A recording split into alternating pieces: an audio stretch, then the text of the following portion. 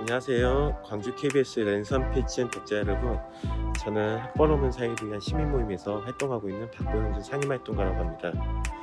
제가 지금 자리에 선 곳은요, 많은 사회적 논란을 일으키고 있고 시민들로부터 많은 지탄을 받고 있는 PCS 에이스 국제학교 현장입니다.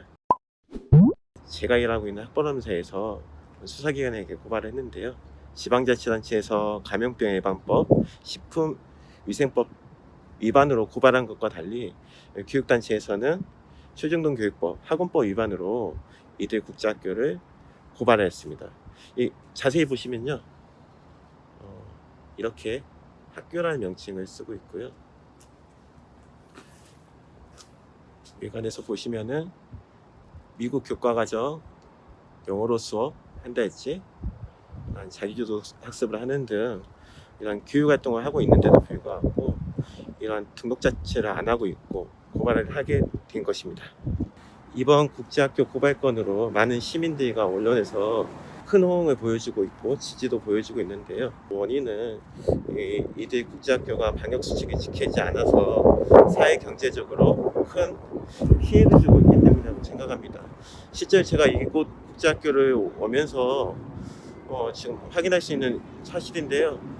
인근 유치원인데 많은 사람들이 이렇게 코로나 검사를 받고 있습니다. 그만큼 이 코로나 감염 확산세가 심상치 않다는 것을 보여주고 있는데요. 이들 국제학교에 대한 사회적 비난 여론은 앞으로도 계속 거세질 거라고 생각을 합니다. 문제는 국제학교의 이러한 코로나19의 집단 감염이 이상하게도 비인가 대안학교에 불똥이 튀어버린 것인데요. 실제로 이 국제학교는 학교도 아니고 학원도 아니다 보니까 이러한 무허가 시설로서 그동안 무방비하게 방치되어 왔던 게 사실입니다. 실제로 비인가 대안학교들이 어떠한 관리 속에서 방역 지침을 잘 따르고 있는지 관계하고 있는 분을 모시고 이야기 한번 들어보도록 하겠습니다. 네, 안녕하세요. 안녕하세요. 본인 소개해 주세요. 네, 저는 강주광역시 학교밖 청소년 지원센터 센터장 김재입니다. 반갑습니다. 코로나19 집단 발병으로 인해서 지금 비인가 대안학교들이 괜한 또 비난의 대상이 되고 있는데 네. 이제 뭐 이런 것들 좀 희석시키고자 제가 좀 찾아왔습니다. 그래서 실제로 그 비인가 대안학교가 어느 정도의 광주에 소재하고 있고 네. 좀 독자분들께 알려주시면 감사하겠습니다. 네. 사실은 좀 그 질문이 부끄러운데요. 저희는 광주광역시 자체 예산으로 저희 광주광역시의 비인가 대안학교 10군데를 지원을 하고 있어요. 네, 저희는 대안학교 교사 인건비와 그 학교의 청소년들의 급식비를 지원하고 있는데 코로나19 방역 상황에서는 저희가 직접 방역 지원을 많이 했어요. 시 또 교육청과 함께 분무 소독하고 마스크 또 손소독제 이런 것들 지원을 하면서 하고는 있는데 이 10개 대안학교는 저희가 철저하게 방역 지원을 해서 단 한 명의 확진자도 나오지 않았는데 그 외의 대안학교에 대해서는 저희가 종교시설 대안학교 한 5군데 정도만 파악하고 있었지 그 외에는 파악하고 있지 않아서 사실은 이 사건이 발생하고 좀 저희가 많이 저희가 역할을 좀 못했구나 그런 생각을 했습니다. 오로지 그런 책임들이 네. 대한교육 시설에만 책임 전가를 할 부분 아니라고 생각하는데 네. 앞으로 좀 과제가 있을 것 같아요. 그렇죠. 우선은 학교 밖 청소년은 사실은 인구수가 감소함에도 불구하고 늘고 있거든요. 전국적으로. 광주도 마찬가지고요. 그럼에도 불구하고 저희 센터나 대안학교에 소속된 청소년들에 대한 지원 대책은 굉장히 강화되고 잘 되어 있어요. 그럼에도 불구하고 그렇게 그 종교학교라든가 또 홈스쿨링하고 있는 그런 학교 밖 청소년들에 대해서는 실제로는 저희가 파악을 못하고 있는 부분에 대해서 시와 또 지자체가 함께 조사를 해야 될 것 같고요. 또 하나는 그들도 요청을 하는데 또 그 지원을 못하는 케이스들이 타 지역에 있더라고요. 그러한 부분에 있어서도 저희가 방책을 좀 만들어야 될 것 같습니다. 말씀 감사합니다. 감사합니다. 실제 이러한 학교 밖 청소년 지원센터 및 그 소속되어 있는 대안학교들이 방역 수칙을 잘 지키고 있음에도 불구하고 이러한 국제학교가 방역 수칙을 지키지 않는 이유는 이러한 지원센터에 등록하거나 지원받지 않는 등 이른바 사각지대에 있는 이유에서입니다. 구체적으로 그냥 비인가 대안학교가 오인받고 있는 상황 속에서 어떠한 이 비인가 대안학교가 교육과정을 운영하고 있고 그 나름의 교육 철학을 갖고 있는지 마침 지원센터 옆에 있는 대안학교 학생들을 만나 이야기 들어보도록 하겠습니다. 안녕하세요. 안녕하세요. 네. 라이브니까 편하게 네. 이야기 나눠보면 좋을 것 같아요. 네.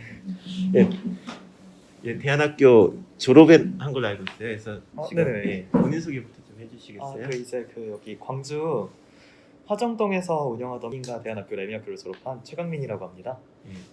지금 최근에 이제 비인가 대안학교가 이제 국제학교로 인해서 많은 오인을 받고 있고 네네. 실제로 좀 이러한 국제학교처럼 외국어식 교육을 하는데 좀 오해를 받고 있잖아요. 오인이. 받고. 예. 네, 이제 저는 레미 학교를 다니면서 이제 이 학교 내에서 가장 트레이드가 되는 교육이라고 하면 저는 선택식 교육이라고 생각합니다. 이제 의무적으로 어떠한 이제 딱 이런 걸 이수해야 돼라는 교육 과정을 지어주는 게 아니라 이제 학생의 의지대로 학생이 일정 이상 수가 이런 수업을 난 교육을 받고 싶다라고 서로 이제 얘기를 하고 회의를 하고 학기 초에 요청을 하면은 이제 그 요청을 토대로 교사분들이 검토를 하시고 수업이 개설되는 식으로 진행이 돼서 총 이제 수업이 이렇게 선택적으로 제안해서 만들어지는 수업이 70%, 나머지 이제 의무적으로 이 정도는 그래도 너희가 삶을 살아가면서 필요한 일일 것이다 라고 생각해서 학교에서 지어주는 의무 교육이 30%, 그래서 총 7대3으로 이렇게 교육을 진행했었는데요. 아무래도 이제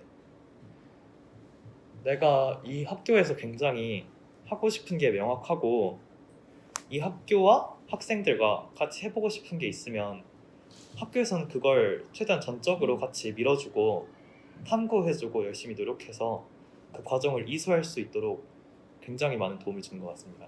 일반 학교보다 학생 수가 적잖아요. 아. 그런 게 있어서 또 다른 장점이 있을까요? 모든 일에는 장단점이 명확하다고 생각하는데 확실하게 장점만 조금 생각해 보자면은 전교생하고의 관계가 굉장히 좀 끈끈한 것 같습니다. 이게 그러니까 저희가 학년별로 나이별로 따로 과정을 모으는 게 아니라 이제 그 해마다 각자 원하는 사람들끼리 모여 있는 뭐 이쪽은 음악 쪽 반이라든지 이쪽은 뭐 조금 미술 쪽을 배운다든지 아니면 인문학 쪽을 전공한다든지 이렇게 하고 싶은 분야별로 반이 나뉘거든요. 보통 따로 위치 차이라든지 그런 게 없이 굉장히 수평적인 관계로 서로의 관계를 이어나가다 보니까 나이 차이가 어떻게 되고 뭐 서로의 성별이 어떻게 되고를 떠나서 굉장히 사람 대 사람으로서 이제 전교생끼리 굉장히 많이 여행도 다니고 같이 계속 매 주마다 학교에 대해서 이야기하면서 이번엔 이런 것이 좀 부족했고 이런 것을 보강해 나가자 라는 회의를 다 같이 이제 모여서 계속 진행하면서 그렇게 1년을 살다 보니까 서로 다른 곳에서 찾아보기 힘든 이해감과 유대감과 이제 배려감이 조금 생기는 것 같아요. 서로에 대한. 말씀 고마워요. 광주시 교육청 등 교육당국이 일반 학교의 원격 수업이나 제한적 등교 등 이런 미봉책만 반복하고 있는 상황에서 비인가 대안학교는 안전과 다양한 교육을 위해 노력을 해왔습니다. 방역 수칙도 잘 지켜왔고요. 이 같은 비인가 대안학교와 국제학교를 비교해서는 안 되는 이유, 이런 이유는 바로 교육 철학의 차이라고 생각합니다. 앞으로 이제 대한교육법이 제정되어 내년도 시행을 앞두고 있는데요. 많은 이제 종교 관련 시설과 단체에서 대안학교 설립을 도모하고 있는 것으로 알고 있습니다. 하지만 이제 국제학교처럼 상급학교 진학이나 입시의 불안을 일으켜서 사교육을 판매한다고 하면은 이는 이제 교육의 공공성을 왜곡하고 학벌주의를 조장할 뿐만 아니라 지금처럼 건강하게 운영되고 있는 비인가 대안학교를 오인할 수밖에 없는 오해를 불러일으켜서 혐오시설로 몰아갈 수 있는 우려가 있다고 생각합니다.